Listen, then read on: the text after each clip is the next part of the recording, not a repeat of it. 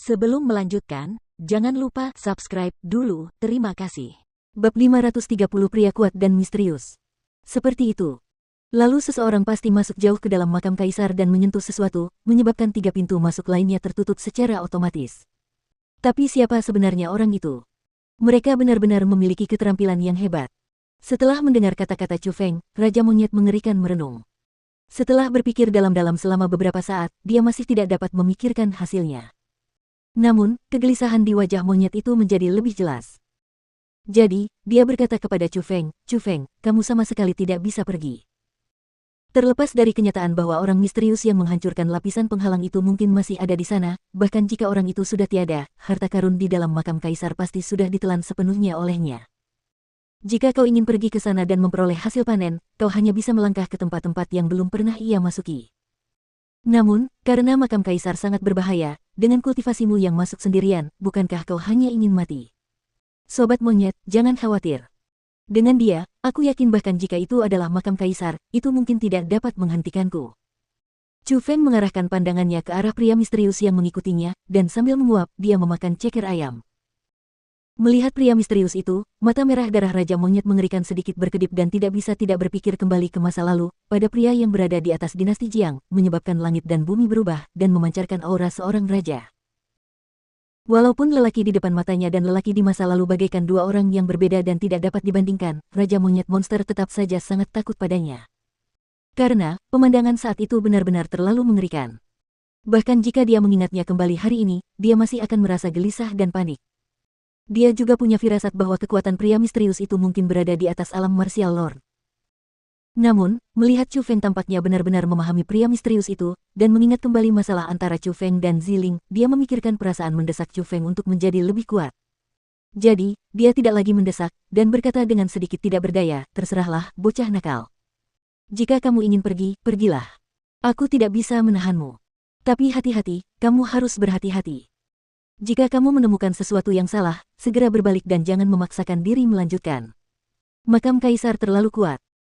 Sama sekali tidak sesederhana yang kamu bayangkan, dan bahkan dengan perlindungannya, kamu mungkin tidak dapat pergi kemanapun yang kamu inginkan di makam kaisar.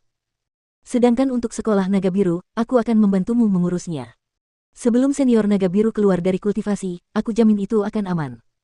Terima kasih, saudara monyet. Aku akan berhati-hati, dan aku akan segera pergi dan segera kembali."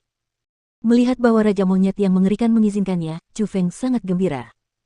Dengan Raja Monyet yang mengerikan melindungi orang-orang yang dekat dengannya, dia juga bisa menjelajahi makam kaisar tanpa khawatir. Jadi, dengan daya tarik hati yang tidak sabar, seperti dulu, Chu Feng berangkat menuju pegunungan Vermilion Bird dan memasuki makam kaisar sekali lagi. Pada saat itu, Chu Feng sudah memasuki makam kaisar, dan kembali ke tempat itu, ada perasaan khusus di hatinya. Dulu, ketika dia masuk, meskipun dia juga berkeinginan untuk memperoleh peluang dan harta, ketika dia berhadapan dengan makam yang ditinggalkan oleh seorang kaisar bela diri, dia masih merasa sangat gelisah saat itu. Namun, hari ini berbeda.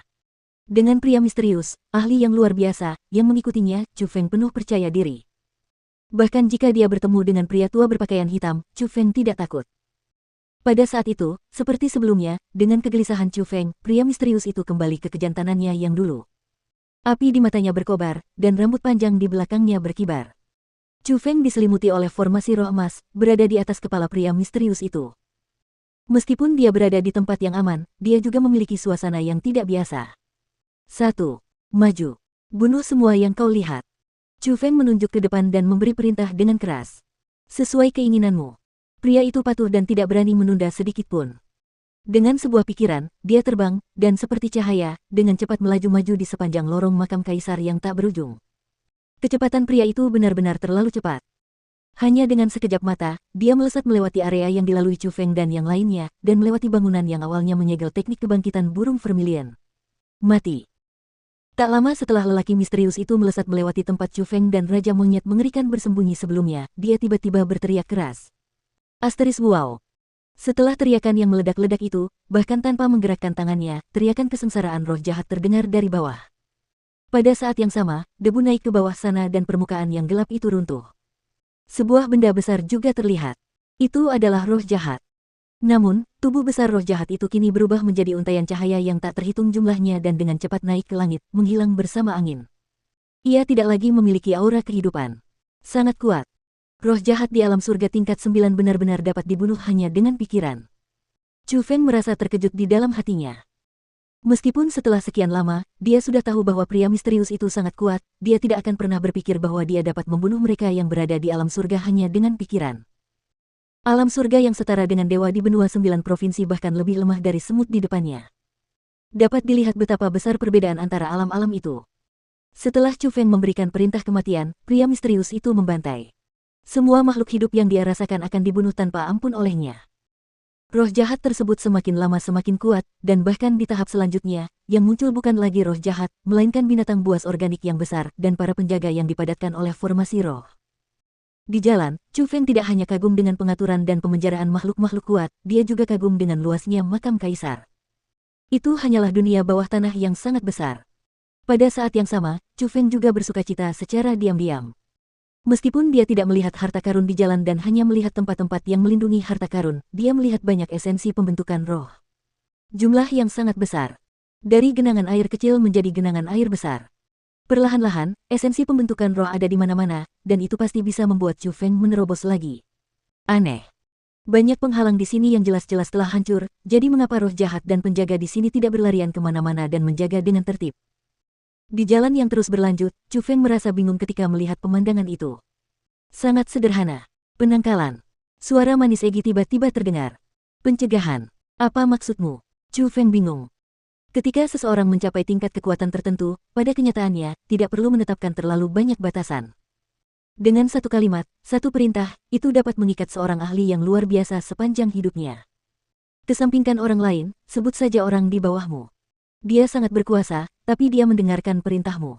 Untuk apa? Karena kamu, kata Egi sambil tersenyum. Jadi seperti itu. Pada saat itu, Chu Feng menyadari sesuatu. Alasan mengapa pria misterius itu mendengarkannya kemungkinan besar karena ayahnya. Ayah Chu Feng lah yang mengikat pria misterius itu. Dan alasan mengapa roh jahat dan para penjaga di tempat ini begitu tertib dan patuh pasti karena penguasa makam kaisar. Penguasa makam kaisar lah yang membuat mereka takut. Penguasa makam kaisar lah yang membuat mereka tidak berani menentang perintahnya, bahkan jika dia telah menghilang selama hampir 10.000 tahun. Setelah itu, mereka terus maju. Para penjaga yang kuat dan mengerikan muncul di depan Chu Feng satu demi satu. Ketika semuanya muncul, jantung Chu Feng akan berdebar kencang karena mereka terlalu kuat. Begitu kuatnya sehingga Chu Feng harus takut karena atmosfer yang mereka pancarkan hanya memengaruhi Chu Feng. Namun mereka tidak dapat berbuat apa-apa karena meskipun mereka lebih mengerikan, lebih kuat, mereka semua dibunuh tanpa belas kasihan oleh pria misterius itu. Tidak seorang pun dari mereka yang mampu memblokir satu pun serangan pria itu, dan tidak seorang pun yang mampu menahan apa yang disebut Raging Flames of the Burning Heaven miliknya. Itu berarti dia menggunakan kekuatan khususnya.